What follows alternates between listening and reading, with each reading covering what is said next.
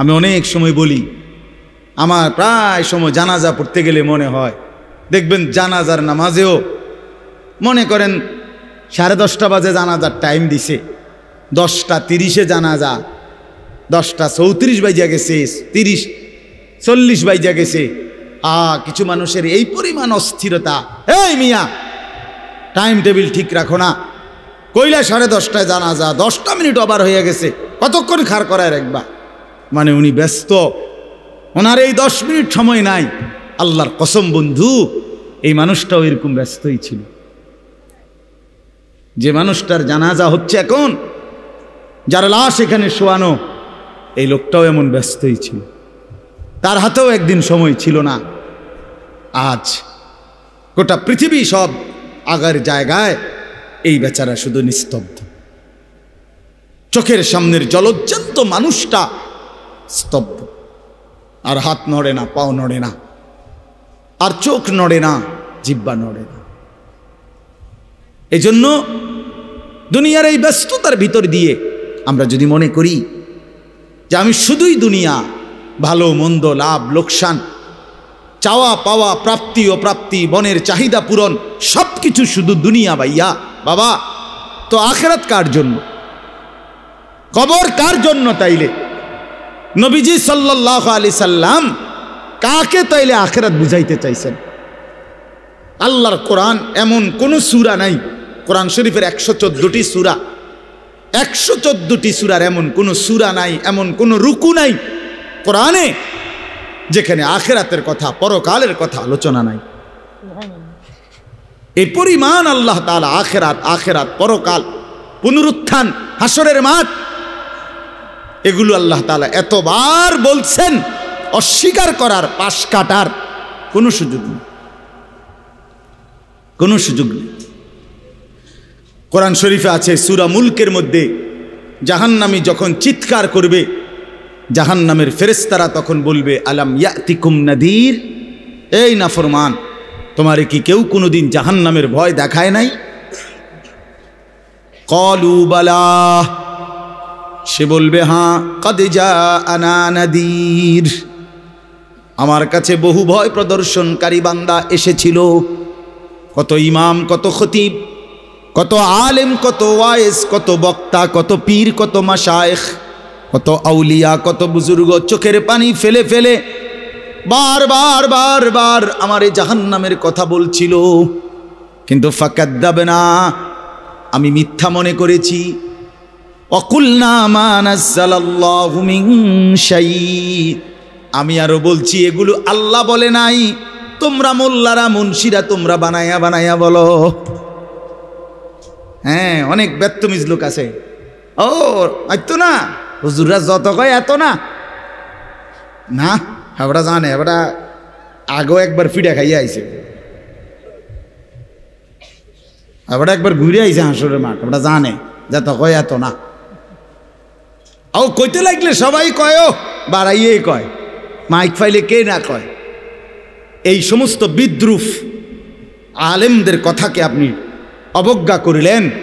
আসলে তো আলেমদের কথা না, কথা যদি হুজুরের কথা হইতো তাইলে না হয় আপনি ফেলে দিতেন, কিন্তু জবানে না হুজুরের কথা, তো সরাসরি আল্লাহর কথা, তো রাসূলুল্লাহর, আল্লাহর, তো সে কথা প্রত্যাখ্যান করলেন কেন? আপনি আমার কথা, আমার ব্যক্তিগত যদি কথা হয় সেটা ফেলে দেন, কথা বোঝেন নাই।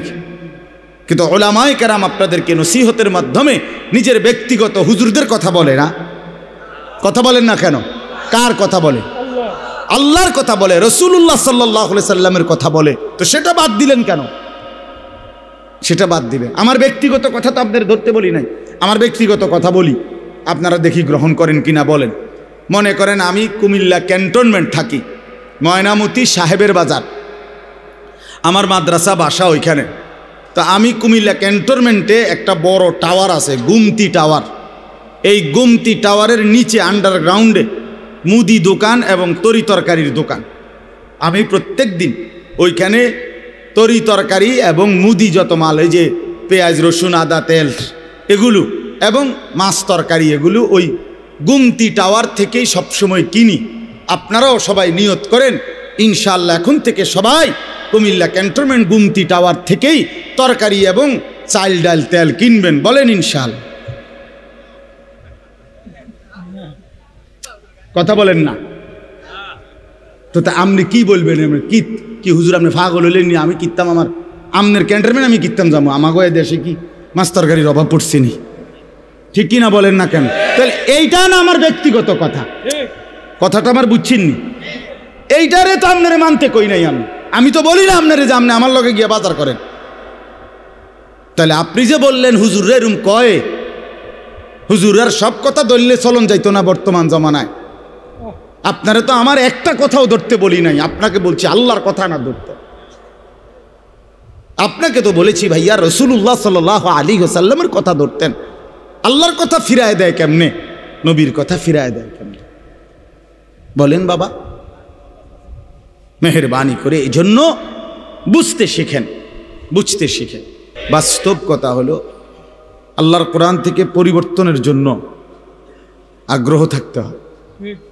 কোরআনুল কারীম আল্লাহ তাআলা মানুষের পরিবর্তনের জন্যই নাজিল করছেন, পাঠাইছেন আল্লাহ তাআলা পরিবর্তনের জন্য। এটা সারা পৃথিবীর সমস্ত মানুষের জন্য হেদায়েত, মানে চলার পথ নির্দেশিকা। সারা পৃথিবীর সমস্ত মানুষের সমস্ত প্রয়োজন পূরণের ক্ষেত্রে কোরআনুল কারীম হেদায়েত। কোরআনুল কারীমের মধ্যে সমগ্র পৃথিবীর সমস্ত মানুষের সমস্ত প্রয়োজনের সব বিষয় আলোচিত আছে, সব বিষয়, সবার, শুধু মুসলমান না, সবার। কোরআনুল কারীমের মধ্যে আল্লাহ তাআলা বলেন, মা ফাররাতনা ফিল কিতাবি মিন শাই, আমি এই কিতাবের মধ্যে, কোরআনের মধ্যে আল্লাহ বলেন কোনো কিছুর আলোচনা বাদ দেই নাই। মা ফাররাতনা, ছেড়ে দেই নাই। ওয়া নাযালনা আলাইকাল কিতাবা তিবিয়ানান লিকুল্লি শাই, আল্লাহ তাআলা বলেন বন্ধু আপনার উপরে আমি কোরআন নাজিল করেছি তিবিয়ানান লিকুল্লি শাই, এর মধ্যে সমস্ত কিছুর বিস্তারিত আলোচনা। তাহলে সকল কিছুর তিবিয়ান মানে বিস্তারিত আলোচনা। এজন্য আল্লাহ তাআলা কোরআনুল কারীমের মধ্যে সব বিষয়ের আলোচনা করছে, কিছুই বাদ দেন না, কিছুই বাদ দেন না। আল্লাহ তাআলা সমস্ত কথা বলার পরেই, নবীজির মাধ্যমে বুঝানোর পরেই বলছেন আল ইয়াউমা আকমালতু লাকুম দীনা। আল্লাহ তাআলাই নাজিল করে বলছেন বন্ধু আজকে আমি দিন পূর্ণ করে দিলাম। ওয়া আতমামতু আলাইকুম নি'মাতি, এবং শরীয়তের নামে, বিধানের নামে, হুকুমের নামে আমি আল্লাহ তাআলা কি চাই বান্দার কাছে, এই সব কিছু আমার হুকুম, আমার আহকাম, আমার শরীয়ত, আমার বিধান, এইটা আমি আজকে পূর্ণ করে দিলাম। আর নতুন কোনো শরীয়ত, নতুন কোনো বিধান, নতুন কোনো হুকুম পরিবর্তন আসবে না, হবে না। নামাজ আর কোনোদিন 4 ওয়াক্ত হবে না, নামাজ আর কোনোদিন 6 ওয়াক্ত হবে না। যাকাত 100 টাকার মধ্যে 2.5 টাকা, এইটাই কোটি কোটি টাকা থাকলো 2.5 টাকা, আবার সমান সমান থাকলো 2.5 টাকা, অর্থাৎ আর বাড়বে না, কমবে না, পূর্ণ। যেটা যেই হুকুম আমি আল্লাহ বলছি আপনি রাসূলের মাধ্যমে এই 23 বছরে, আগামী কিয়ামত পর্যন্ত আর কোনো রদবদল হবে। ওয়ারাদিতু লাকুমুল ইসলাম দীনা, আমি আল্লাহই কিয়ামত পর্যন্তের জন্য সারা পৃথিবীবাসীর জন্যে ইসলামকেই একমাত্র ধর্ম হিসাবে পছন্দ করে দিলাম। এজন্য ধর্ম কেবল একটাই পৃথিবীতে, সেটা ইসলাম। পৃথিবীতে ধর্ম কয়টা? একটাই ধর্ম, ইসলাম। আল্লাহ পাক মনোনীত ধর্ম একটাই, ইসলাম। ইন্নাদ-দীনা ইনদাল্লাহিল ইসলাম, নিশ্চয়ই আল্লাহর নিকটে একমাত্র দিন ইসলাম। ওয়া মান ইয়াবতাগি গায়রাল ইসলামি দীনান ফালা ইউকবালা মিনহু, আল্লাহ তাআলা বলেন ইসলামকে বাদ দিয়ে যে কেউ অন্য কোনো ধর্ম গ্রহণ করবে সেটা কখনোই আমি আল্লাহ গ্রহণ করব না। ওয়া হুয়া ফিল আখিরাতি মিনাল খাসিরিন, এবং ওই ব্যক্তি ইসলামকে বাদ দিয়ে অন্য কোনো ধর্মকে অনুসরণ করল, যে আল্লাহ বলেন আখিরাতে পরকালে সে নিশ্চিত ক্ষতিগ্রস্ত, জাহান্নাম, জাহান্নাম। এজন্য ধর্ম কেবল একটাই, ইসলাম, মুসলমান। আমাদের যেটা ধর্ম এটাই ধর্ম, অন্য সব ধর্ম পরিত্যক্ত, বাতিল। ইসলাম আসার পরে, আমাদের নবী সাল্লাল্লাহু আলাইহি সাল্লাম আসার পরে আসমানি যত কিতাবও ছিল আগের, সব কিছু স্থগিত। নবী সাল্লাল্লাহু আলাইহি ওয়াসাল্লাম বলছেন, আজকে যদি আমার জামানায় মূসা নবীও বেঁচে থাকতো তো সেও আমাকেই অনুসরণ করত, ঈসা যদি বেঁচে থাকতো সে আমাকেই অনুসরণ করত। লাউ কানা মূসা হাইয়ান লামা ওয়াসিআহু ইল্লা ইত্তিবাই, আমারই অনুসরণ করত। এজন্য ভাই আমি সব সময় বলি, চারটি জিনিস আমাদের কাছে আছে যেটা সর্বশ্রেষ্ঠ। এক, আল্লাহ আমাদের রব, তিনি সর্বশ্রেষ্ঠ। দুই, মুহাম্মদ সাল্লাল্লাহু আলাইহি ওয়াসাল্লাম আমাদের রাসূল, তিনি সর্বশ্রেষ্ঠ। তিন, কোরআন আমাদের কিতাব, এটা সর্বশ্রেষ্ঠ। চার, ইসলাম আমাদের ধর্ম, এটা সর্বশ্রেষ্ঠ। কয়টা হইল? আল্লাহ, রাসূল, কোরআন, ইসলাম। চারটি সর্বশ্রেষ্ঠ নিয়ামত যার কাছে আছে, এরপরও যে নষ্ট হয়ে গেল, বরবাদ হয়ে গেল, চরিত্রহীন হয়ে গেল, নাফরমান হয়ে রইল, তার চাইতে বড় বদনসিব, মন্দ কপাল, দুর্ভাগা, তার চাইতে বড় বঞ্চিত আর কেউ হইতে পারে না, আর কেউ হইতে পারে। এই জন্য আমি সবসময় নওজোয়ান ছেলেদেরকে বলি যে বাবা, তুমি, আল্লাহ তোমার রব, মুহাম্মদ সাল্লাল্লাহু আলাইহি সাল্লাম তোমার রাসূল, কোরআন তোমার কিতাব, ইসলাম তোমার ধর্ম, এত বড় চারটি সর্বশ্রেষ্ঠ নিয়ামত তোমার থাকার পর তুমি নষ্ট হইলা কেমনে? তুমি চরিত্রহীন হইলা কেমনে? কিসের অভাবে? তুমি এক ওয়াক্ত নামাজ পড়তে চাও না, আল্লাহকে চেনো না, আখিরাত পরকাল বলতে কিছুই ভাবো না, এত বড় অসভ্য কেমনে হইলা? আল্লাহ যার রব সে বেনামাজি হয় কেমনে? মুহাম্মদ সাল্লাল্লাহু আলাইহি সাল্লাম যার রাসূল সে বেনামাজি হয় কেমনে? ইসলাম যার ধর্ম সে সেজদা দেয় না কেমনে? কোরআন যার কিতাব সে কিভাবে আল্লাহর নাফরমানি করে? কি কারণে নষ্ট হয়ে গেল? আহা, কি কারণে বরবাদ হলো? ইহুদিদের কাছে আল্লাহ নাজিলকৃত কোনো আসমানি কিতাব এখন নাই, যেটা আছে সেটা বানোয়াটি। খ্রিস্টানদের কাছে আল্লাহ নাজিলকৃত আসমানি কিতাব এখন নাই, এটা তারাও মানে, যেটা আছে সেটা তাদের বানানো বানানো। হিন্দুদের কাছে কোনো আসমানি কিতাবে নাই, নাজিলকৃতও নাই, বানাইনও নাই, যেটা আছে এটা তাদের ব্যক্তির রচিত এবং একাধিক, রামায়ণ, গীতা, বেদ, পুরাণ, এগুলো অনেকগুলো। তাইলে পৃথিবীর কারো কাছে নিখুঁত কোনো কিতাব নাই, কারো কাছে নিখুঁত কোনো ধর্ম নাই। মুহাম্মাদুর রাসূলুল্লাহ সাল্লাল্লাহু আলাইহি সাল্লামের মতো রাসূল, পূর্ণাঙ্গ নবী, সমস্ত গুণে পূর্ণ বৈশিষ্ট্যমণ্ডিত, সর্বশ্রেষ্ঠ, সব দিকে, সব বিবেচনায়, সর্ব অঙ্গে, সর্ববিবেচনায় যিনি সর্বশ্রেষ্ঠ, তিনি রাসূল মুহাম্মদ সাল্লাল্লাহু আলাইহি সাল্লাম। অন্য কারো কাছে নাই, আমাদের কাছে সব আছে। আমাদের কোরআনও নিখুঁত, আমাদের রাসূলও নিখুঁত, আমাদের আল্লাহও নিখুঁত, আমাদের ধর্মও নিখুঁত। এই চারটি নিয়ামত পূর্ণাঙ্গ থাকার পরেও এক মুসলমান 60 বছর মিথ্যা বলে কেমনে? এই চারটি নিয়ামত থাকার পরেও এক মুসলমান 30 বছর একটানা সুদ খায় কেমনে? মিথ্যা বলে কেমনে? হারাম রোজগার করে কেমনে? 30 বছর একজন মুসলমানের নারী বেপর্দা হয় কিভাবে? কি কারণে নষ্ট হইল? কি কারণে চরিত্রহীন হইল?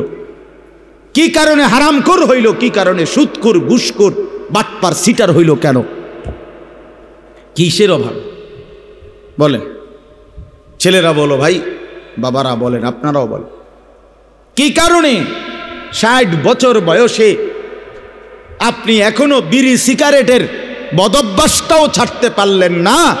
আহা বুড়া মিয়া, আপনার হায়াত আর কত বছর হইলে আপনি বুঝবেন এটা গুনাহ?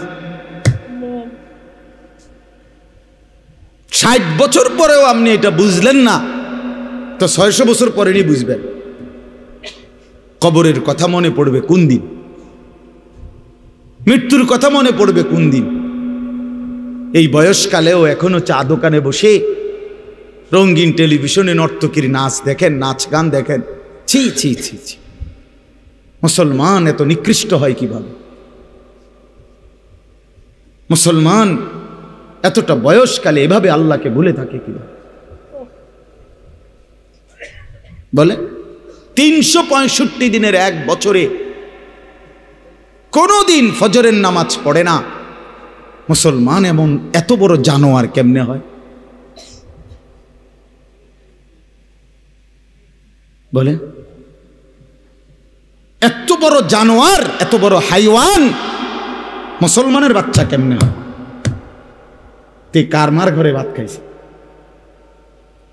কোন মায়ের দুধ পান করছে? এত বড় গাদ্দার যে কোনোদিনও ফজরের নামাজ পড়ে না, যে জানেই না ফজরের ওয়াক্ত কত। এটা কি হাইওয়ান?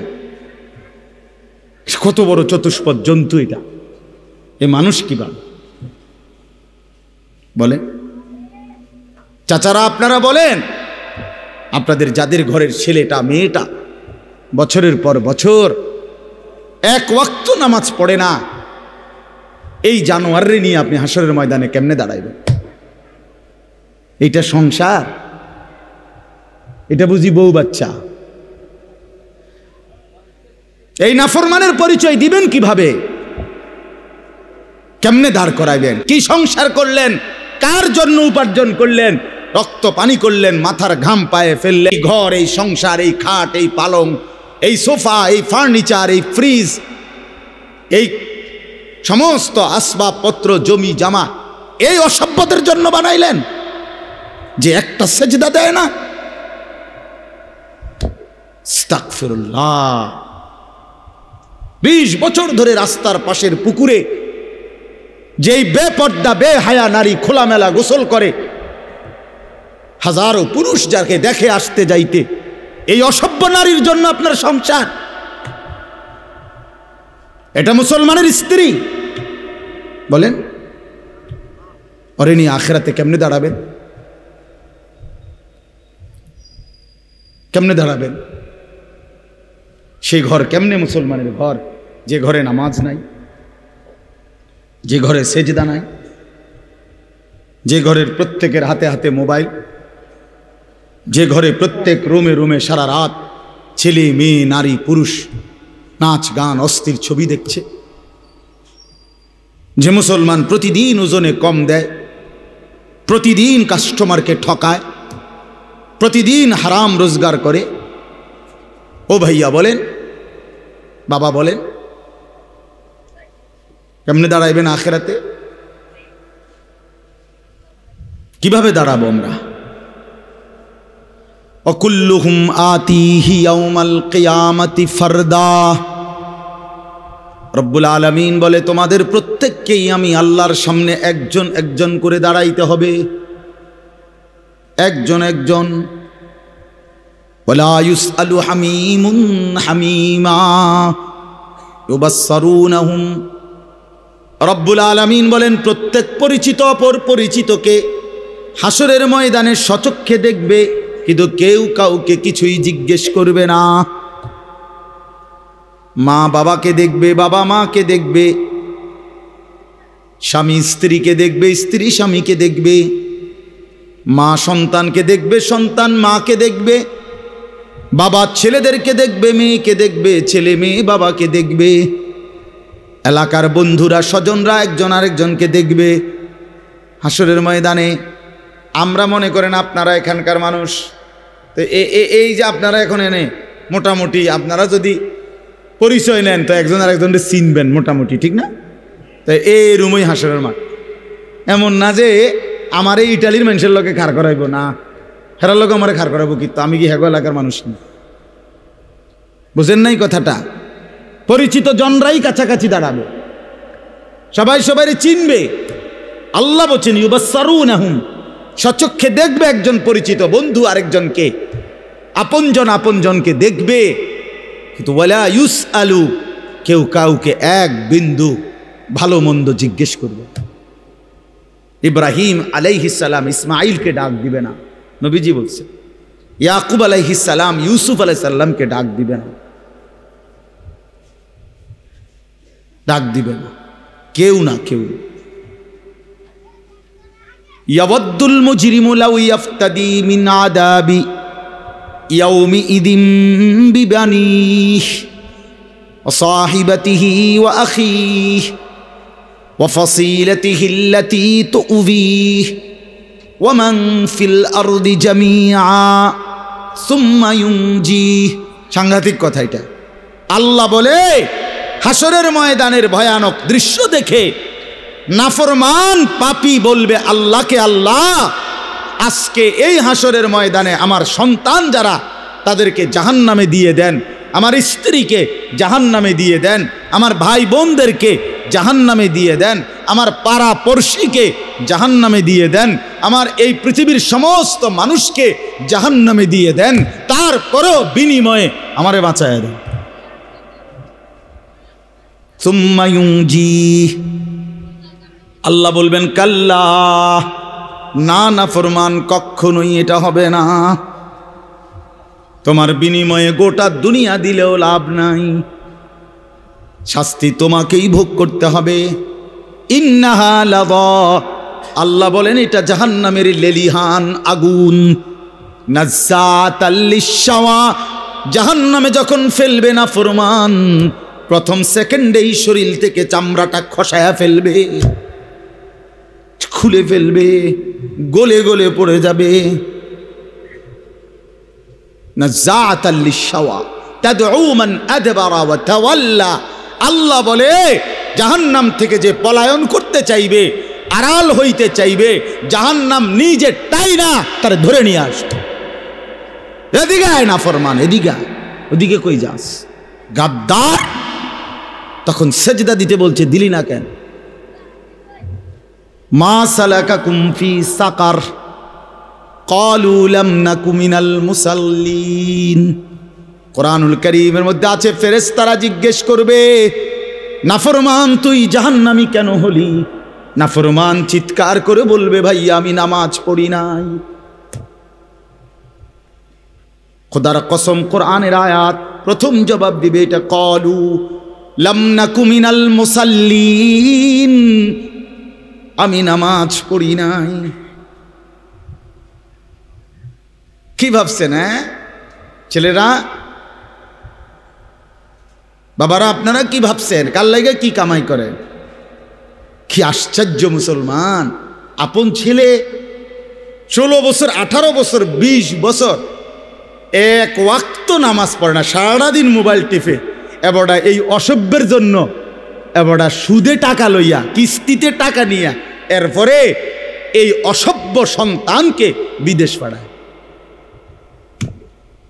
কারে পাঠাইলেন বিদেশ? কার লাইয়া নিজে হারাম নিলেন? এই নাফরমানের জন্য? হ্যাঁ, ওই আপনার কি আখিরাতের কি উপকার দিবে? কথা বলেন না কেন? কি উপকার দিবে? হয়তো হয়তো আমার চোখের সামনেই একটা সেজদা দেয় না, চোখের আড়ালে গেলে কি সেজদা দিব? কার জন্য সুদে টাকা নিলেন?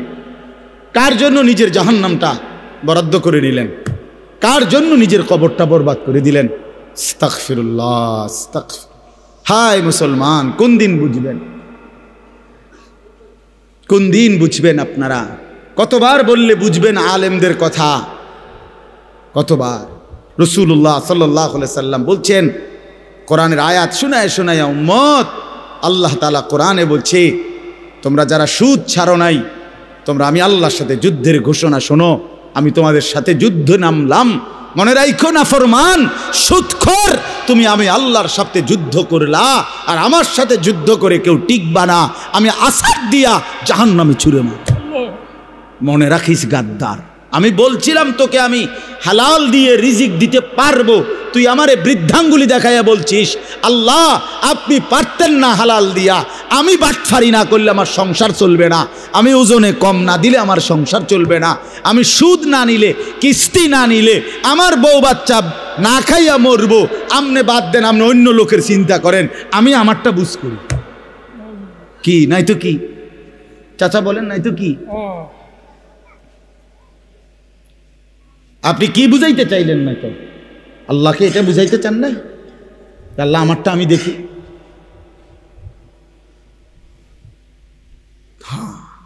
চলেন বাবা, ভাবতে শিখেন, বুঝতে শিখেন, নিজের ভালো শিখেন, হিসাব মিলান।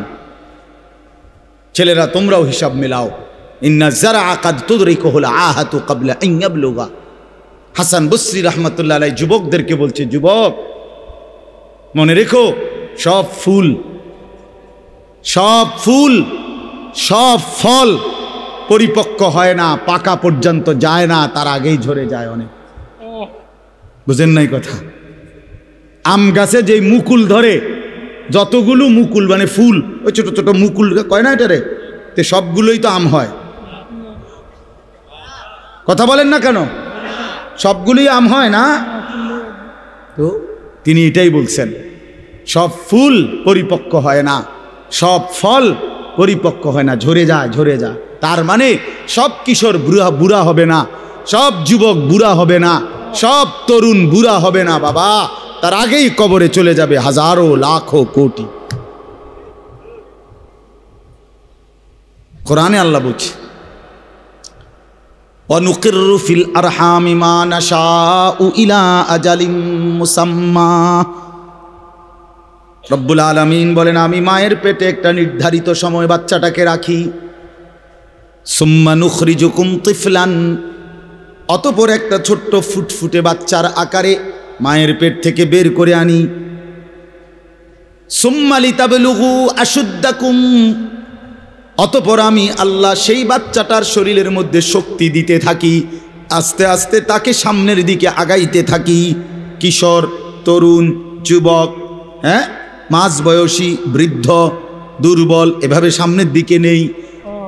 কিন্তু আল্লাহ রাব্বুল আলামিন বলেন, ওয়ামিনকুম মান ইউতাওয়াফফা মিন ক্বাবলু, সামনের দিকে নিতে নিতেই মাঝ পথে কিন্তু আমি অনেককেই মৃত্যু দিয়ে থাকি। সরাসরি কোরআনের আয়াত। ওয়ামিনকুম মান ইউরাদ্দু ইলা আরযালিল উমর, আবার অনেককেই আমি আল্লাহ একেবারে বৃদ্ধের শেষ বয়স পর্যন্ত পৌঁছাইয়া থাকি, কিন্তু সবাইকে না। সবাইকে কথা বলেন না কেন? কমপক্ষে যদি এতটুকু নিশ্চয়তা থাকতো যে মৃত্যু হবে নিশ্চিত, তবে 60-এর পরে, তাইলেও তো একটা কথা ছিল। মৃত্যু হবে নিশ্চিত, তবে 50-এর পরে, মৃত্যু হবে নিশ্চিত, তবে 40-এর পরে। তো এরকম নিশ্চয়তাও কি আছে কি বাবা? ছেলেরা বলো ভাই, আছে কি এমন? তো কেন তামাশা করছো? তুমি স্বীকার করলেও মরে যাবা, স্বীকার না করলেও মরে যাবে। চোখ বন্ধ রাখলেও কবরে যাইতে হবে, চোখ খোলা রাখলেও কবরে যাইতে হবে। কি বলেন?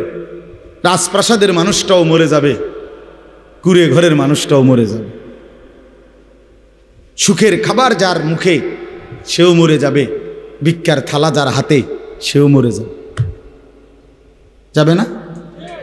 তো যেটা নিশ্চিত অনিবার্য বাস্তবতা, যেই মৃত্যুকে আড়াল করার, অস্বীকার করার, পাশ কাটার কোনোই ব্যবস্থা নাই, কোনোই ব্যবস্থা নাই। না না ক্ষমতা দেখাইয়া, না কাইন্দা কাইটা, কোনো সিস্টেম নেই। ক্ষমতা দিয়েও মৃত্যুকে ঠেকানো যাবে না, কাইন্দা কাইটাও কি করা যাবে না মৃত্যুকে। তো যেটা নিশ্চিত সেটাকে ভুলে যাওয়া কেন ভাই? কেন ভুলে যাব আমরা?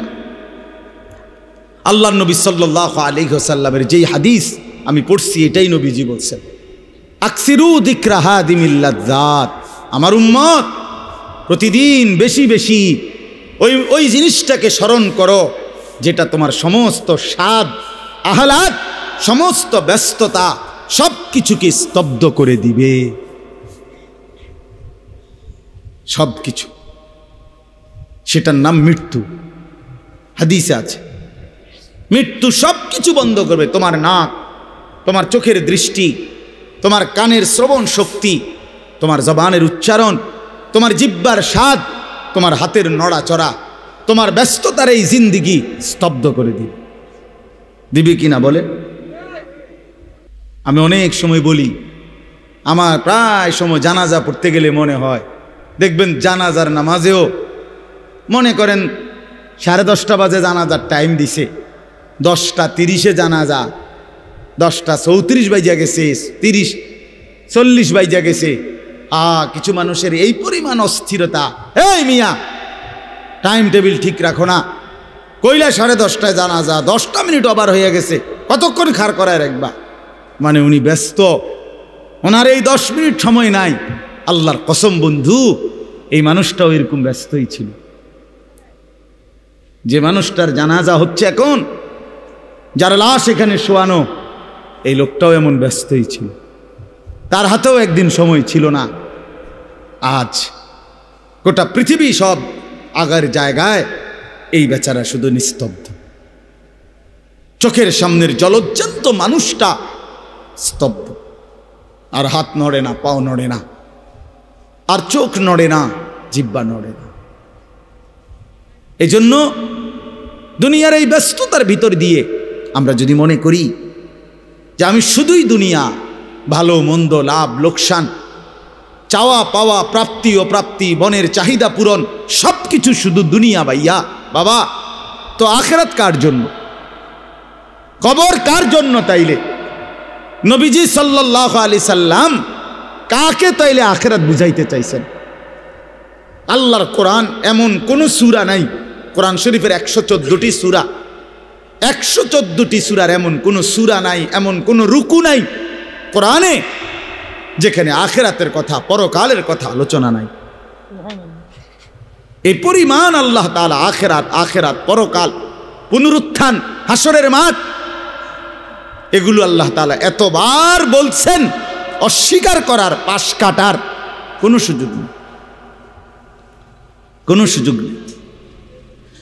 কোরআন শরীফে আছে সূরা মুলকের মধ্যে, জাহান্নামী যখন চিৎকার করবে, জাহান্নামের ফেরেশতারা তখন বলবে, আলাম ইয়াতিকুম নাদির, এই নাফরমান, তোমারে কি কেউ কোনোদিন জাহান্নামের ভয় দেখায় নাই? ক্বালু বালা, সে বলবে হ্যাঁ, কদ জাআনা নাদির, আমার কাছে বহু ভয় প্রদর্শনকারী বান্দা এসেছিল। কত ইমাম, কত খতিব, কত আলেম, কত ওয়াইজ, কত বক্তা, কত পীর, কত মাশায়েখ, কত আউলিয়া, কত বুজুর্গ চোখের পানি ফেলে ফেলে বারবার বারবার আমার এই জাহান্নামের কথা বলছিল, কিন্তু ফাকাদ্দাবনা, আমি মিথ্যা মনে করেছি। ওয়াকুলনা মা নাযালাল্লাহু মিন শাই, আমি আরো বলছি এগুলো আল্লাহ বলে নাই, তোমরা মোল্লারা, মুন্সিরা তোমরা বানায়া বানায়া বলো। হ্যাঁ, অনেক বেত্তমিজ লোক আছে, ও এত না, হুজুররা যত কয় এত না, না হাবড়া জানে, হাবড়া আগেও একবার ফিডা খাইয়া আইছে, হাবড়া একবার ঘুরে আইছে হাসরের মাঠ, হাবড়া জানে যত কয় এত না। ও কইতে লাগলে সবাই কয়, ও বাড়াইয়ে কয়, মাইক ফাইলে কে না কয়। এই সমস্ত বিদ্রুপ আলেমদের কথাকে আপনি অবজ্ঞা করিলেন। আসলে তো আলেমদের কথা না, কথা যদি হুজুরের কথা হইতো তাইলে না হয় আপনি ফেলে দিতেন, কিন্তু জবানে না হুজুরের কথা, তো সরাসরি আল্লাহর কথা, তো রাসূলুল্লাহর, আল্লাহর, তো সে কথা প্রত্যাখ্যান করলেন কেন? আপনি আমার কথা, আমার ব্যক্তিগত যদি কথা হয় সেটা ফেলে দেন, কথা বোঝেন নাই। কিন্তু উলামায়ে কেরাম আপনাদেরকে নসিহতের মাধ্যমে নিজের ব্যক্তিগত হুজুরদের কথা বলে না, কথা বলেন না কেন? কার কথা বলে? আল্লাহর কথা বলে, রাসূলুল্লাহ সাল্লাল্লাহু আলাইহি সাল্লামের কথা বলে, তো সেটা বাদ দিলেন কেন? সেটা বাদ দিবেন। আমার ব্যক্তিগত কথা তো আপনাদের ধরতে বলি নাই, আমার ব্যক্তিগত কথা বলি, আপনারা দেখি গ্রহণ করেন কিনা বলেন। মনে করেন আমি কুমিল্লা ক্যান্টনমেন্ট থাকি, ময়নামতি সাহেবের বাজার, আমার মাদ্রাসা বাসা ওইখানে। তো আমি কুমিল্লা ক্যান্টনমেন্টে একটা বড় টাওয়ার আছে, গুমতি টাওয়ার। এই গুমতি টাওয়ারের নিচে আন্ডারগ্রাউন্ডে মুদি দোকান এবং তরি তরকারির দোকান। আমি প্রত্যেক দিন ওইখানে তরি তরকারি এবং মুদি যত মাল, এই যে পেঁয়াজ রসুন আদা তেল এগুলো এবং মাছ তরকারি এগুলো ওই গুমতি টাওয়ার থেকেই সবসময় কিনি। আপনারাও সবাই নিয়ত করেন ইনশাআল্লাহ এখন থেকে সবাই কুমিল্লা ক্যান্টনমেন্ট গুমতি টাওয়ার থেকেই তরকারি এবং চাল ডাল তেল কিনবেন, বলেন ইনশাআল্লাহ। কথা বলেন না তো, তা আপনি কি বলবেন? কি হুজুর আপনি পাগল হলেন? আমি কিনতাম, আমার আমনের ক্যান্টনমেন্ট আমি কিনতাম যাবো, আমাকে দেশে কি মাছ তরকারির অভাব পড়ছে নি? ঠিক কিনা বলেন না কেন? তাহলে এইটা না আমার ব্যক্তিগত কথা, কথাটা আমার বুঝছেননি? এইটারে তো আপনারে মানতে কই নাই আমি তো বলি না আপনারে যে আপনি আমার লগে গিয়ে বাজার করেন। তাহলে আপনি যে বললেন হুজুর এরম কয়, হুজুরের সব কথা ধরলে চলন যাইতো না বর্তমান জমানায়। আপনারা তো আমার একটা কথাও ধরতে বলি নাই, আপনাকে বলছি আল্লাহর কথা না ধরতে। আপনাকে তো বলেছি ভাইয়া রাসূলুল্লাহ সাল্লাল্লাহু আলাইহি ওয়াসাল্লামের কথা ধরতেন। আল্লাহর কথা ফিরায় দেয় কেমনে? নবীর কথা ফিরায় দেয় কেমনে? বলেন বাবা, মেহেরবানি করে এই জন্য বুঝতে শিখেন, বুঝতে শিখেন। তিনটা জিনিস আমাদের মধ্যে লাজেম থাকা চাই। এক হলো তাওহীদ, দুই হলো রিসালাত, তিন হলো আখিরাত। এই তিন জিনিস ভুলে গেলে মুসলমান হয় না। তাওহীদ ভুলে গেলে, অর্থাৎ লা ইলাহা ইল্লাল্লাহ, জীবনের সব ব্যাপারে সব বিষয়ে যা কিছু হচ্ছে আমার জীবনের এই সারা পৃথিবীর কায়নাতের সমস্ত নড়া চড়া প্রত্যেকটা বিন্দু বিসর্গ করছেন শুধুই একজন, তিনি আল্লাহ। তিনি কে? লা ইলাহা ইল্লাল্লাহ, আল্লাহ ছাড়া আর কোনো ইলাহ নাই, দেনেওয়ালা আর কেউ নাই, পালনেওয়ালা আর কেউ নাই। এটা তাওহীদ। আর শাজিমের উপর থেকে সাতবক জমিনের নিচ পর্যন্ত যেটা যেমনে যেভাবে আছে সেটা একজনই পরিচালনা করছেন, তিনি আল্লাহ। এ কথা যত দিলের মধ্যে বসাইতে হবে। দুই নাম্বার রিসালাত। রিসালাত মানে হলো মুহাম্মাদুর রাসূলুল্লাহ সাল্লাল্লাহু আলাইহি সাল্লাম, এই কথা গ্রহণ করা। এই কথা আবার গ্রহণ করার কি? এই কথা গ্রহণ করা হইল মুহাম্মদ আল্লাহর রসুল, আল্লাহ আমার জন্য উনাকে পাঠাইছেন। অতএব আমার জীবনের হাসি কান্না আনন্দ বেদনা, রাত দিন, ঘর সংসার বাজার ব্যবসা, আয় রোজগার, স্ত্রী পুত্র পরিজন, কদম কদম বিন্দু বিন্দু নিঃশ্বাস নিঃশ্বাস আমি অনুসরণ করব একজনকে, তিনি মুহাম্মাদুর রাসূলুল্লাহ সাল্লাল্লাহু আলাইহি ওয়াসাল্লাম। এটারে বলে রিসালাত। এটাকেই বলে নবী সাল্লাল্লাহু আলাইহি সাল্লামকে চেনা, এটাকেই বলে নবী সাল্লাল্লাহু আলাইহি সাল্লামকে ভালোবাসা, এটাকেই বলে নবী সাল্লাল্লাহু আলাইহি সাল্লামকে অনুসরণ কর। আমার ভাইয়া, আল্লাহর দোয়াই আপনি আপনার জায়গাতেই থাকেন, আপনি আপনার তরিকাতেই থাকেন, আপনি আপনার পীরের কাছেই থাকেন, যে যেখানে আছেন থাকেন, কোনো অসুবিধা নাই। শুধু নিজেরে ধোকা দিয়েন না, ধোকা খাইয়েনও না, কাউরে ধোকা দিয়েনও না। আল্লাহ রসুল বলছে আল মুমিনু লা ইয়াখদাউ ওয়ালা ইউখদাউ। খেয়াল করে শুনেন এই কথাটা। মুমিন, নবীজি বলছে, কোনো ইমানদার কাউকে ধোকা দেয় না। খোদার কসম নবী বলছে ইমানদার ধোকা খায়ও না। লা ইয়াখদাউ অর্থ সে ধোকা দেয় না, ওয়ালা ইউখদাউ অর্থ নিজেও ধোকা খায় না। অতএব রসুলুল্লাহ সাল্লাল্লাহু আলাইহি সাল্লামের সাথে সম্পর্ক, ভালোবাসা, মহব্বতের সবটা 100 অনুসরণের মাধ্যমে, অনুসরণের মাধ্যমে। চেহারায় যার দাড়ি নাই সে রসুলকে ভালোবাসে না, ঘরে যার স্ত্রী বেপর্দা সে রসুলকে ভালোবাসে না, উপার্জনের মধ্যে যার হালাল নাই সে রসুলকে ভালোবাসে না, জীবনে যার সুন্নত তরিকার অনুসরণ নাই সে আল্লাহর রসুলকে কশ্চিন কালেও ভালোবাসে না। ভালোবাসে বললে এটা ভালোবাসার নামে ধোঁকা, মিথ্যাবাদিতা ছাড়া আর কিচ্ছু না। হ্যাঁ, হাসরের ময়দানে মার খাইয়েন না, ধরা খাইয়েন না। কথা বুঝছেন না? এখানে গাছ জোর দেখাইয়া হয়তো আমনে চিৎকার দিয়া হুঙ্কার দিয়া এই কইয়া সেই কইয়া খাইয়া দাইয়া বিরানিয়ে খিচুড়িয়ে মিল্লা পার হইয়া গেলেন আর কি। কিন্তু কবর আখেরাত এত সুজা না। আখেরাত হাসরের মাঠ মামুর বাড়ি না, হাসরের মাঠ নানার বাড়ি না, আমনের সাসার শ্বশুর বাড়ি না। হাসরের মাঠ সেই মাঠ ১৬ লক্ষ আম্বিয়া আদম থেকে মুহাম্মদ সাল্লাল্লাহু আলাইহি সাল্লাম পর্যন্ত সমস্ত নবী রসুল যে মাঠের ভয়ে আল্লাহর কাছে দিবানিশি কাঁদছেন, সেই মাঠের নাম হাসরের মাঠ।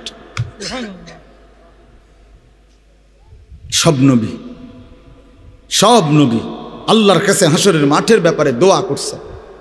আমাদের নবী সাল্লাল্লাহু আলাইহি সাল্লাম পর্যন্ত যার কোনো গুনাহ নাই, যিনি নিষ্পাপ, সেই নবীজি পর্যন্ত 5 ওয়াক্ত নামাজের পরে সব আলেমদেরকে জিজ্ঞাসা করেন, নবীজি নিয়মিত 5 ওয়াক্ত নামাজের পরে দোয়া করতেন, আল্লাহুম্মা হাসিবনি হিসাবান ইয়াসীরা। আল্লাহ, হাসরের মাঠে আমার ভয় লাগে, আপনি আমি মুহাম্মদের আপনার বন্ধুর হাসরের মাঠের হিসাব সহজ করে দিয়ে। নিজের ব্যাপারে বলছেন। এই জন্য বাপ রাগ হইয়েন না। 1 নম্বর তাওহীদ, কলিজার ভিতরে ঈমান মজবুত করতে হবে। 2 নম্বরে রিসালাত, জিন্দিগির মধ্যে রাসূলুল্লাহ সাল্লাল্লাহু আলাইহি সাল্লামের অনুসরণ নিশ্চিত করতে হবে। কেন মেসওয়াক করেন না? আপনি জানেন নবীজি মেসওয়াক করতেন, এই জন্য করেন না। কেন দস্তরখান বিছায়া খানা খান না? আপনি জানেন, শুনছেন যে নবীজি সাল্লাল্লাহু আলাইহি সাল্লাম দস্তরখান বিছায়া সমান জায়গায় খানা খাইতেন, এই জন্য আপনি ইচ্ছা করে এটা বিছান না। কারণ আপনার কলিজার ভিতরে সিদ্ধান্ত, আমি মুহাম্মদুর রাসূলুল্লাহ সাল্লাল্লাহু আলাইহি সাল্লামের বিরোধিতা করব। কেন আপনি দাড়ি কাটেন? কারণ আপনি শুনছেন নবীজি দাড়ি লম্বা করতে বলছে, এই জন্য আপনি এটা বুঝাইলেন। রাসূলুল্লাহ সাল্লাল্লাহু আলাইহি সাল্লাম আপনি কইছেন, আচ্ছা আমরে দেখাম। আপনি জানেন, হ্যাঁ, আপনার বাম পাও দিয়ে ঢুকতে বাথরুমে টয়লেটে মনে থাকে না। কেন মনে থাকে না? আপনি জানেন না এটা নবীজি বলছে। কথা বলেন না, নাকি ওই কাউমি মাদ্রাসার হুজুররা কইছে? কথা বলেন না। মেসওয়াক এটা রাসূলুল্লাহ সাল্লাল্লাহু আলাইহি সাল্লামের সুন্নত না কওমি আলেমদের সুন্নত? কথা বলেন না আপনারা। তো এটা করেন না কেন? কারে ওহাবি বলেন? কারে গালি দেন? কেন গালি দেন? কি বুঝে গালি দিলেন? কেন বললেন? বলেন, কি অপরাধের কারণে আমি রসুলের দুশ্মন হব? কেন আমি মিসওয়াক করি? এই অপরাধের কারণে না? কথা বলেন না কেন? আমি দাড়ি রাখছি দেখে এই অপরাধের কারণে? কোন আমার স্ত্রী পর্দানসীন, আমার মেয়ে পর্দা করে, আমার ঘরে টেলিভিশন নাই, আমার রোজগারের মধ্যে আমি হারাম করার চেষ্টা করি না, তো সব ক্ষেত্রে রাসূলুল্লাহ সাল্লাল্লাহু আলাইহি সাল্লামের সুন্নাতের উপরে চলার চেষ্টা করলাম, তা আমি রসুলের দুশ্মন কেন হলাম? আমি বুঝাইলাম, আমি বলতে মানে আপনি যে কোনো একজন আলেমে দ্বীনকে আপনি কেন নবীর দুশ্মন বলবেন? এত বড় জুলুম কেন করেন? এত বড় কেন জুলুম করেন বাবা? চা দোকানে বসে একজন আলেমের বদনাম করলেন, আপনি আন্দাজ করলেন একজন আলেমের ইলমের কদর কত? আমরা কিতাবে স্পষ্ট পড়ছি, সারা পৃথিবীর ইমানদারের সমস্ত বন্দিগি আর আল্লাহর রাস্তায় জিহাদ, এই দুইটার পার্থক্য কদ্দুর। সারা পৃথিবীর ইমানদারের সমস্ত ইবাদাত, একটি সমুদ্রের মধ্যে যদি কেউ আঙ্গুল দেয়, আঙ্গুল চুবায়, তো আঙ্গুলের অগ্রভাগে পানি লাগবে যে দূর, এতে করে সমুদ্রের ঢেউ তো বন্ধ হয়ে যাবে, ঠিক না? নৌকা চলা বন্ধ হয়ে যাবে না? সমুদ্র টের পাবে কিছু? কিতাবে স্পষ্ট আছে, একজন ইমানদারে সমস্ত মুমিনের সব ইবাদত একত্র করিলে এইটার মর্যাদা হলো আঙ্গুলের অগ্রভাগের পানি। আর আল্লাহর রাস্তার জিহাদ ফি সাবিলিল্লাহ, জীবন দেওয়া, জিহাদ করা, এটা সমুদ্রের বাকি পানি। এরপরে লিখছে যে সমস্ত ইবাদত এবং আল্লাহর রাস্তার যুদ্ধ, এইটাও এবার একসাথ করেন। এই সবটা এবার ইবাদাত এমনকি জিহাদ সবটা একত্র করিলে আঙ্গুলের অগ্রভাগের পানি, খোদার কসম, আল্লাহর কসম, এলেম, কোরআন সুন্নার এলেম, এলেম এইটা সমুদ্রের বাকি পানি। বিশ্বাস করে। এবার বলেন এক আলেমে দ্বীনের কদর কত? আপনি কারে টিটকারি করলেন? কারে? ওটা আপনার মসজিদের ইমাম ৬,০০০ টাকা বেতন দিয়ে আপনার চোখে লাগছে না? বেটার বেতন কম। হ্যাঁ, বেটার বেতন কম তো আপনি না কম দিছেন? উনি নি কম নির্ধারণ করছেন, আপনি না তারে মূল্যায়ন করেন না? কথা বলেন না কেন? আমাদের সমস্ত একটা স্পষ্ট কথা খেয়াল করেন, যদি এক সমস্ত মুসলমানের টার্গেট হইতো যে আমি প্রত্যেক বিষয়ে আল্লাহর কোরআন রসুলের সুন্নাত মোতাবেক চলব, তাইলে এই পৃথিবীতে মসজিদের ইমামের চাইতে ব্যস্ত জিন্দিগি আর কেউ পালন করার কথা ছিল না। কেন? ওই মহল্লার সমস্ত মানুষের ঈমান, ইসলাম, আখিরাতের সমস্ত দিক নির্দেশনা সারাক্ষণ উনাকে দিতে হইতো। তখন উনার কদরও হইতো অনেক, তখন উনার বেতনও হইতো অনেক, উনার হাদিয়াও হইতো অনেক। কিন্তু আমাদের কলিজার ভিতরে আখিরাত লাগে না মনে হইছে, কোরআন তিলাওয়াত লাগে না, রসুলের সুন্নাত লাগে না।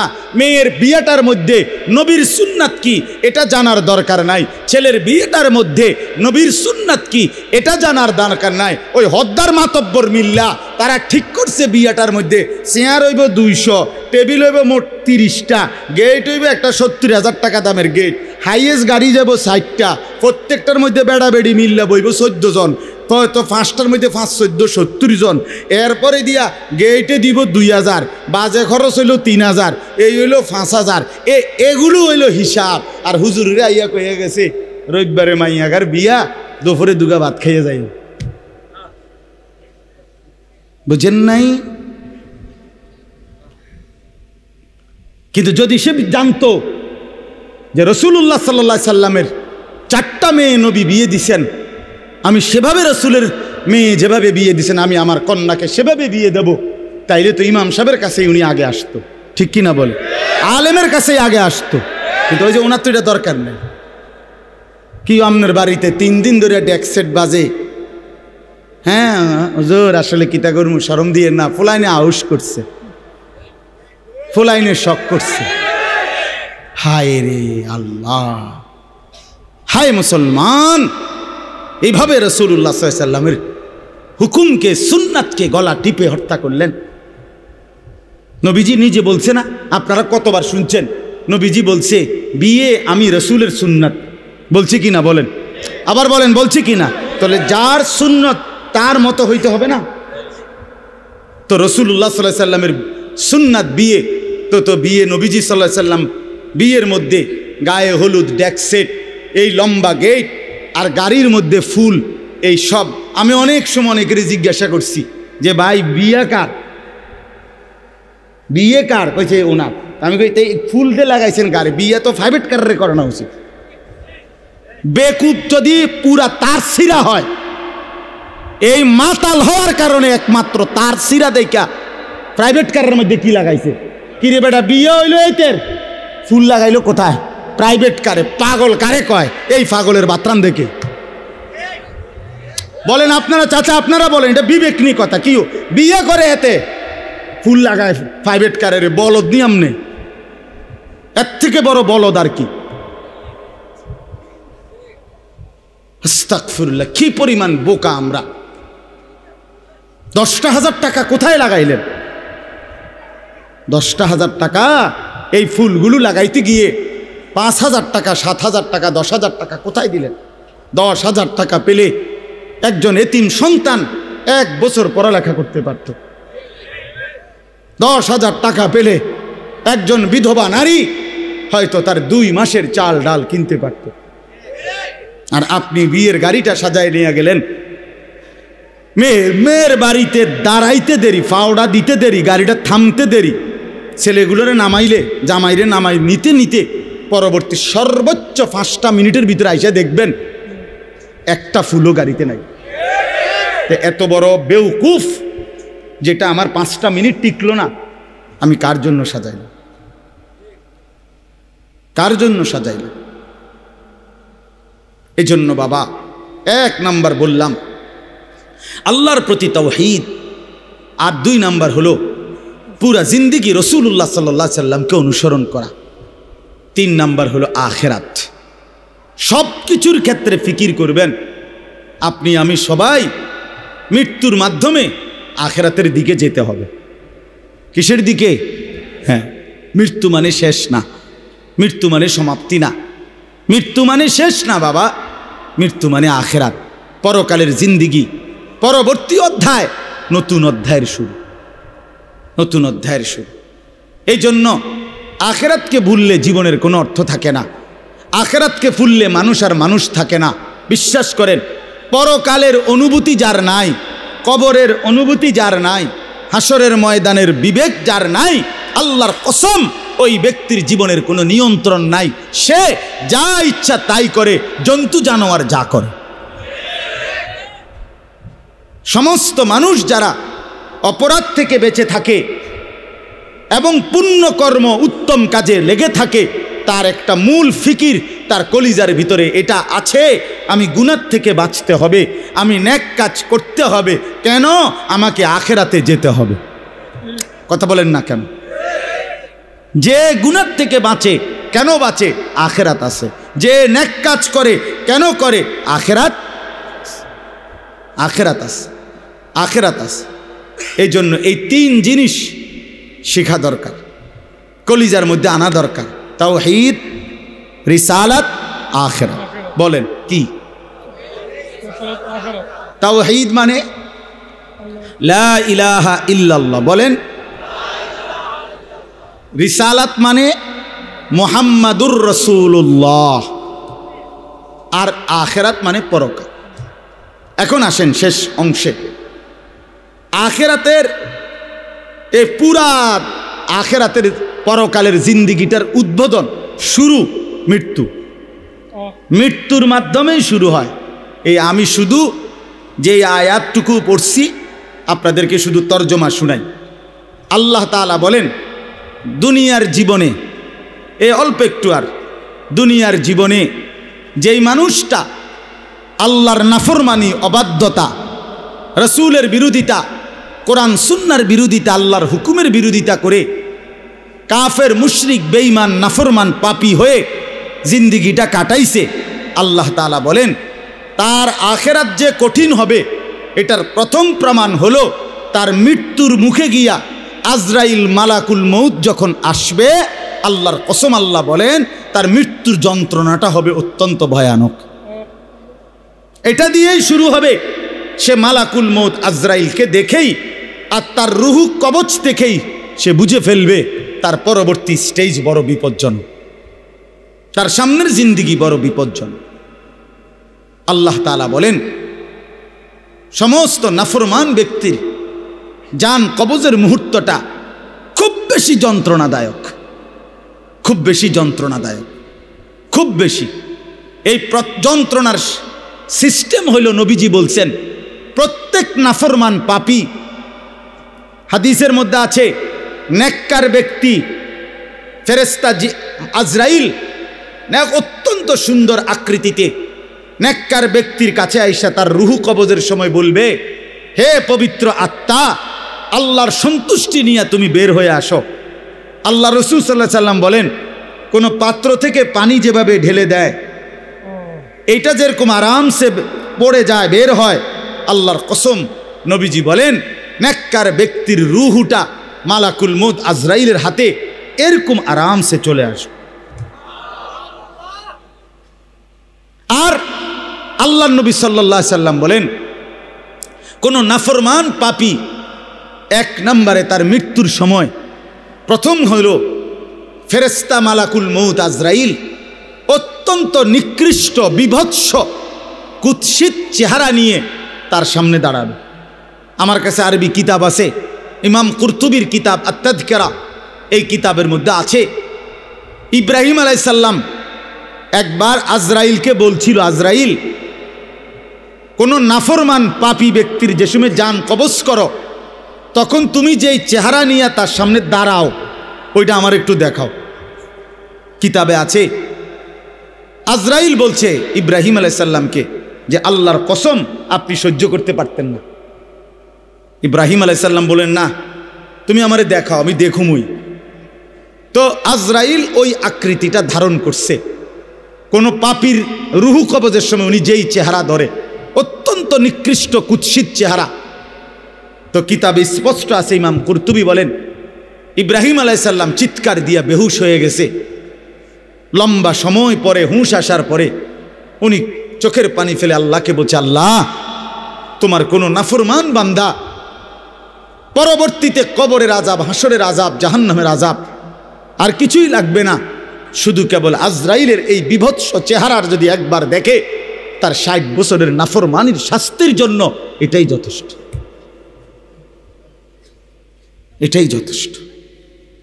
আল্লাহ নবী সাল্লাল্লাহু আলাইহি সাল্লাম বলছেন, কোরআনে আল্লাহ বলছেন, এই মালাকুল মউত আজরাইল যখন কোনো পাপী নাফরমানের জান কবজ করতে আসবে, তো প্রথম এই কলিজাটার ভেতর থেকে যে রুহু আছে, এই কলজার ভিতরে, কলবের ভিতরে যে রুহ, এই রুহুটা ধরে টান মারবে যখন, একটা টানে কলিজাটা ছিঁড়া, রুহুটা ছিঁড়া এই কণ্ঠনালী পর্যন্ত চলে আসবে। কাল্লা ইযা বালাগাতিত তারাকিয়া, কাল্লা ইযা বালাগাতিত তারাকিয়া। আর কিছুই না বান্দা, শোনো, যখন নাফরমান তোমার জান কবজের সময় রুহুটা চলে আসবে কণ্ঠনালীতে, এবার রুহুটা বের হতে চাইবে না, বের হতে চাইবে না, নাফরমান ছটফট করবে। আর ফেরেশতা আজরাইল, ফেরেশতা ছিঁড়া বিরা কোনো জিনিসকে, কোনো ধারালো লোহা, শিক, এটা যদি আগুনের মধ্যে, আপনার আগুনে পোড়ানো জিনিসের মধ্যে টান দেয়, তাইলে যেরকম ছিঁড়া ভিড়া আসে, আল্লাহর কসম, আল্লাহ রসুল বলছে, আজরাইল যখন রুহু ধরে আবার টান মারবে, তো সমস্ত শরীর ছিন্ন ভিন্ন করে এই রুহু বের করে আনবে। ওয়াকিলা মান রাক, আল্লাহ বলে আশপাশের মানুষগুলো তখন বলবে, ওই লোকের ছটফটানি দেখা, হায় তাকে বাঁচাবার জন্য কোনো ওজা ডাকো, বৈদ্য ডাকো, ডাক্তার ডাকো, কবিরাজ ডাকো, কে আছো তাকে চিকিৎসা করবে, ডাকো না, আনো না, অত ভীষণ ছটফট করছে। আল্লাহ বলেন যান্না আন্নাহুল ফিরাক, কিন্তু ওই নাফরমান বুঝে ফেলবে আজ আর তাকে কেউ ফিরাইতে পারবে না, তাকে দুনিয়া থেকে বিচ্ছিন্ন হতেই হবে, তাকে চলে যেতেই হবে। বন্ধু আমার, বাপ আমার, একটা জরুরি কথা আপনারা বয়স্ক লোকেদেরকে বলি। রাসূলুল্লাহ সাল্লাল্লাহু আলাইহি সাল্লাম বলেছেন, আমার এই কথাটা খেয়াল করেন, নবীজি বলছেন, ইন্নাল্লাহা ইয়াকবালু তাওবাতাল আবদ মা লাম ইউগারগির। বান্দা যখন আজরাইলকে দেখে, তখন তার রুহে, তার শরীরের মধ্যে আরে গড়গড়া শুরু হয়, মৃত্যুর গড়গড়া শুরু হয়। আল্লাহ রসুল বলছেন, তখন আর আল্লাহ তাআলা কারো কোনো তওবা কবুল করেন, তওবা কবুল করেন। ওয়ালাইসাতিত তাওবাতু লিল্লাযীনা ইয়ামালুনাস সাইয়্যাত হাত্তা ইযা জাআ আহাদাহুমুল মাউত ক্বালা ইন্নী তুবতুল আন। আল্লাহ বলেন, যে মৃত্যু পর্যন্ত নাফরমানি করে গেছে, যখন মৃত্যুর মুখে আজরাইল আসছে, এখন বলতেছে, আল্লাহ আমি তওবা করলাম। আল্লাহ বলেন, ওয়ালাইসাতিত তাওবা, এমন তওবা আমি আল্লাহ গ্রহণ করব না। আমরা অনেক সময় 90 বছরের বুড়া, 70 বছরের বুড়া মিয়া, একদম লম্বা হইয়া সোজা হইয়া গেছে, এবার একদম টাইনতে আছে লম্বা করিয়া, এই সময়ে গিয়া 200 টাকা হাদিয়া দিয়া হুজুরে আনছে, হুজুর তোবাটা ফরাইয়া দেন, আব্বারে ব্যস্তটা বুঝ করিয়া দেন, ধরেন এই 200 টাকা রাখেন। কি তওবা করাবে হুজুর? হুজুর এখন ওনার কোনো এহসাস, অনুভূতি আছে? কথা বলেন না কেন? উনি জানে কিছু কি বলতেছে, কি তওবা করাইলেন? কিসের তওবা? কিসের তওবা এটা? কিসের তওবা? গুনাহ করলেন আপনি, আপনার ফরামু বুঝি আমি, হ্যাঁ, আপনার গুনাহ আপনি না জানেন। এই জন্য আল্লাহ কোরআনে বলছেন, ওয়াল্লাযীনা ইযা ফাআলু ফাহিশাতান আও যালামু আনফুসাহুম যাকারুল্লাহ। আল্লাহ বলে, বান্দা শোনো, জীবনভর যদি গুনাহ করো, নাফরমানি করো, জুলুম করো, নাফরমানি করো, কিন্তু আমার যেই বান্দা গুনাহ করবে অথবা নাফরমানি অশ্লীলতা বেহায়াপনা করে, আল্লাহ বলেন যদি সাথে সাথে আমি আল্লাহকে মনে করে অতঃপর ফাস্তাগফারু লিযুনুবিহিম, আমি আল্লাহর কাছে নিজের গুনাহের জন্য মাফ চায়, ওমান ইয়াগফিরুয যুনুবা ইল্লাল্লাহ, বুঝে শুনে দিল থেকে বলে আল্লাহ আপনি মাফ না করলে মাফ করবে কে? ওয়ালাম ইউসিররু আলা মা ফালু ওহুম ইয়ালামুন, আর আল্লাহকে বলে আল্লাহ এই গুনাহ আমি ছেড়ে দিলাম, ওহুম ইয়ালামুন, জেনে বুঝে এমন নাফরমানি আর করব না, মাফ করে দেন। খোদার কসম আল্লাহ বলেন বুঝে শুনে আমার বান্দা যদি গুনাহ ছেড়ে দিয়ে আর করবে না ওয়াদা দিয়ে, আমি আল্লাহর কাছে চোখের পানি ফেলে মাফ চাই, এবার গুনাহ যদি আসমান পরিমাণও হয় আমি আল্লাহ ওয়াদা করলাম বিনিময়ে পুরা মাগফিরাত দিয়ে দেব। উলাইকা জাযাউহুম মাগফিরাতুম মির রাব্বিহিম, পুরা মাফ। যে শর্ত হইল বান্দা আর করবা না, ওয়াদা দিতে হবে, গুনাহগুলো ছেড়ে দিতে হবে। আমনের কলজার ভিতরে হইল আমনে কোনো সুদের টিয়া ছাড়তেন না, আমনে কোনো বিড়িখানা ছাড়তেন না, আমনে কোনো সাদওয়ানের টেলিভিশন সাউন্ড বন্ধ করতেন না, আমনে হুজুরের লগে যে ডোলেন আস্তাগফিরুল্লাহ রাব্বি, আমনে কীর্তেন লরেন, আমনের পকেটে দে বিড়ি, আমনের লেগে দে সাদওয়ানে টেলিভিশন লইয়া বইয়া রয়েছে দোয়ানদার, আমনে লরেন কীর্তেন, কির তওবা করেন কার কাছে? আল্লাহ বুঝে না, কথা বলে না, হ্যাঁ আল্লাহ জানে না, এটারই নি কয় তওবা। টেলিভিশনের দিকে চাইয়া চাইয়া কয় তোবা তোবা তোবা তোবা তো, আহারে কিতে রে বাবা রে, দেশটার মধ্যে কি শুরু হইল? আপনি যেটি চাইতে আছেন এটি শুরু হয়েছে। আস্তাগফিরুল্লাহ, আস্তাগফির। এজন্য বাবা জওয়ান হন, বৃদ্ধ হন, গুনাহ ছাড়তে হবে এখন। কখন বলেন? ওই বাবা বলেন না কখন? এখন এখন এখন, আজ। গুনাহ করলেন যখন ছাড়বেন তখন, দিল দিমাগ আকল হুঁশ আছে যখন, এটা মনে রেখে। আল্লাহ তাআলা বলেন ওয়াযান্না আন্নাহুল ফিরাক, আশপাশের লোকজন তো ডাক্তার কবিরাজ লইয়া ডাকাডাকি করছে, কিন্তু সে বুঝে ফেলছে তাকে দুনিয়া থেকে আলাদা হবে, আর থাকতে পারবে না। ওয়ালতাফাতিস সাকু বিসাক, আল্লাহ তাআলা বলেন ভয়ে আর আতঙ্কে নাফরমান পাপী জান কবজের সময় তার দুইটা পাও মিলাইবার মতো ক্ষমতাও আর তার থাকবে না। পায়ের দুইটা গোসা গোড়ালি এইটা পর্যন্ত কদ্দুর লাগানো অথবা সরানো এই ক্ষমতাটাও থাকবে না। এতটা ভয়ে আতঙ্কে পাও নিয়ে পড়ে থাকবে যে পায়ের গোসা গোড়ালিটা পর্যন্ত নাড়াইতে পারবে।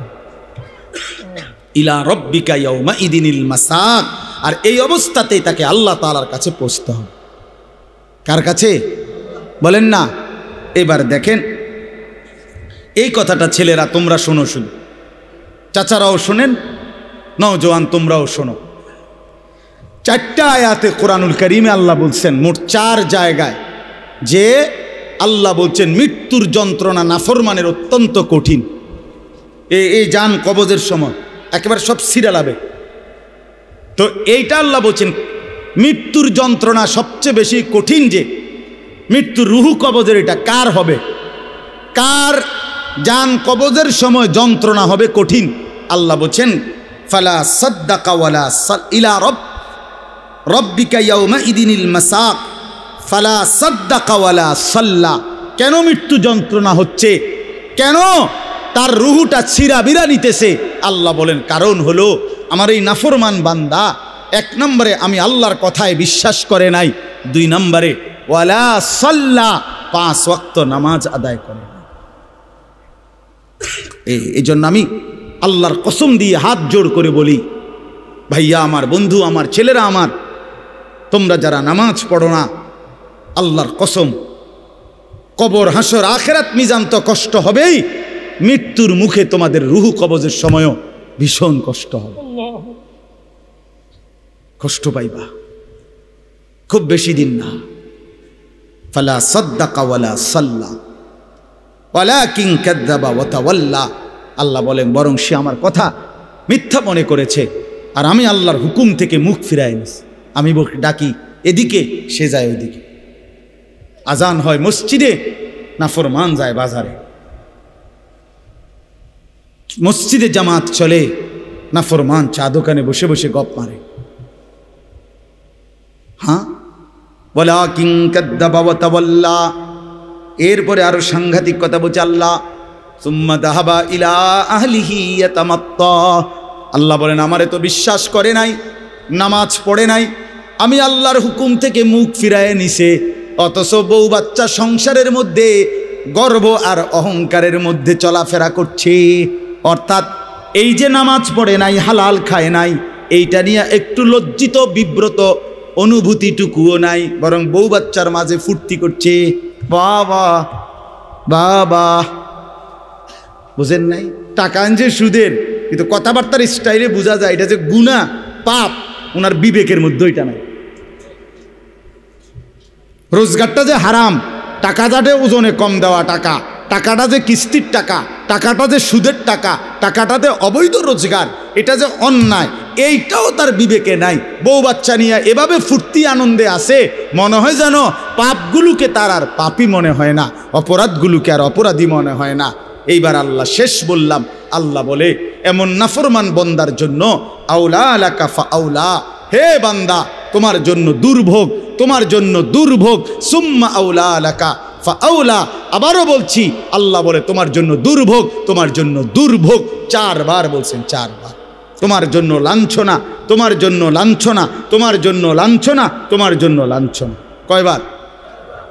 তোমার জন্য কষ্ট, কষ্ট, কষ্ট, কষ্ট। তোমার জন্য দুর্ভোগ, দুর্ভোগ, দুর্ভোগ, দুর্ভোগ। এই 4 বার বললেন কেন? তাফসীরের মধ্যে লিখছে, একবার জান কবজের সময় দুর্ভোগ, 2 নম্বরে কবরে দুর্ভোগ, 3 নম্বরে হাসরের ময়দানে দুর্ভোগ, 4 নম্বরে জাহান্নামে দুর্ভোগ। কয়টা হইল? জান কবজের সময় কষ্ট পাইবা, কবরে কষ্ট পাইবা, হাসরের ময়দানে কষ্ট পাইবা, জাহান্নামে কষ্ট পাইবা। কয়খানে? আয়াহসাবুল ইনসানু আন ইউতরাকা সুদান। আল্লাহ বলছে মানুষ তুমি কি ভেবেছ আমি তোমারে এমনি এমনি ছেড়ে দেব? হ্যাঁ হ্যাঁ, কি ভাবছো বান্দা? কবরের প্রথম মিনিট, প্রথম সেকেন্ডে যখন প্রশ্নের জবাব দিতে পারবা না, আল্লাহ তখনই বলে ফেলবে বান্দা, ফেরেশতারা আমার নাফরমান বান্দার জন্য জাহান্নামের বিছানা বিছিয়ে দাও, জাহান্নামের পোশাক পরিয়ে দাও। ফাআফরিশুহু মিনান নার ওয়ালবাসুহু মিনান নার ওয়াফতাহু লাহু বাবান ইলান নার। জাহান্নাম বরাবর দরজা খুলে দাও। আল্লাহর নবী বলেন ফেরেশতারা যখন নাফরমানকে জাহান্নামের মধ্যে রেখে চলে যাবে, আরে কবরের মধ্যে রেখে চলে যাবে, কবরের ডান পাশের মাটি একটা চাপ দিবে বাম দিকে চলে যাবে, বাম দিকের মাটি ডান দিকে চলে আসবে। আল্লাহর নবী বলেন হাত্তা তাখতালিফা আদলাউহু, ডান পাশের হাড্ডি পাজর ভাঙ্গা চুরচুর হয়ে বাম দিকে চলে যাবে, বাম পাশের হাড্ডি পাজর ভাঙ্গা বন্ধু ডান দিকে চলে আসবে। প্রথম মিনিটেই হাড্ডির শরীর চুরচুর হয়ে যাবে। আল্লাহ ছাড়বে না, আমারেও না আপনারেও না, বিশ্বাস করুন। দুনিয়া আল্লাহ তাআলা তো শাস্তির জায়গা না, আল্লাহটা বলছে তো আমি এটা শাস্তির জায়গা না, এটা পরীক্ষার জায়গা। কথা বোঝেন নাই? দুনিয়া কিসের জায়গা? এই জন্য ছাড় দেই না। আমি যদি ডেইলির ফিডে ফিরতাম তো তুমি তো মাথা টিকতা না। আজকে যারা নামাজ পড়ে নাই, এখন যারা এশার নামাজ পড়ে নাই, মনে করেন এখন গিয়ে ঘুমাবে, তো ফেরেশতা যদি একটা লাথি মারে, আইয়া একটা কিচ্ছা লাথি মারে যে গাদ্দার ওঠ, তো একটা লাথির লোকে তো 7টা মহাদেশ পার হইয়া যাবে। যদি একটা টানা চটকনা দেয় ঘাটটা বাড়াইয়া, কি হবে তখন? এই জন্য আল্লাহ কোরআনে বলছে আমি যদি বান্দা নগদ শাস্তি দেই তাহলে তো ঘাড় সোজা কইরা একজনও চলতে পারবে না। আমি তো জমিনটাকে, পৃথিবীতে আমি আল্লাহ শাস্তির জন্য না, এটা বিচারের জায়গা না, আমলের জায়গা, বিচারের জায়গা আলাদা। মালিকি ইয়াউমিদ্দিন। চলেন রাত গভীরে, অনেক রাত হইছে, আমরা আপনাদের কাছে বলার চেষ্টা করলাম, নিজেরা ধাক্কাধাক্কি না করেন, বুঝতে শিখেন। এই হুজুররা কয় তো ভালোই, আসলে কথাটি ভালো বলছে, আমরা লাগিয়াই কইছে, কিন্তু পারি না। হ্যাঁ, আহা পারি তো না। বাবারা, চাচারা, এই সমস্ত ফাজিলি কথা বলিয়েন না, এই সমস্ত মস্কারি কথা বললেন না যে পারি না। পারবেন না কেন? আপনি পারবেন না কেন? পারবেন না। আপনি এই 60 বছরে কি কম কিছু পারছেন? আপনি 60 বছরে হুদা চিড়া খাইছেন? পারবেন না কেন? অবশ্যই পারবেন। আপনি নিয়ত করেন, আমার ছেলেকে নামাজ পড়াবো, মেয়েকে নামাজ পড়াবো, নাতি নাতনিকে নামাজ পড়াবো, আল্লাহর কোরআন শিখাবো, স্ত্রী সন্তানকে পর্দা পুশিদা করাবো। আপনি ফয়সালা নিয়ে ফিকির করেন, না বুঝলে ওলামায়ে কেরাম থেকে জিজ্ঞেস করেন যে হুজুর আমি কেমনে কি বলতাম, কেমনে কি করতাম। আপনি শিখেন, আপনি বুঝেন, মৃত্যু পর্যন্ত বলা চালু রাখেন। তাইলে হবে কি, যদি আপনার কথায় তারা ফিরেও না আসে, আপনার লাগাতার বলা, চোখের পানি ফেলা, আপনার অব্যাহত চেষ্টার কারণে হতে পারে আল্লাহ আপনারে মাফ করে দেবে। কিন্তু আপনি যে মাতেনও না, লড়েনও না, আপনি বইয়া বইয়া তারার লগে ভাত খান, আপনি আপেল খান, মালটা খান, গপ মারেন, খুশি, অথচ তারা নামাজ পড়ে না। তো এইটা কি ধরনের জিন্দেগি? আল্লাহ আমাদেরকে বুঝার তৌফিক দান করেন। যেই ছেলেরা আলহামদুলিল্লাহ আজকের এই মাহফিলের ইন্তজাম করেছো ভাই, তোমাদের কাছে আমার অনুরোধ, ভাইয়া নামাজ পড়ো।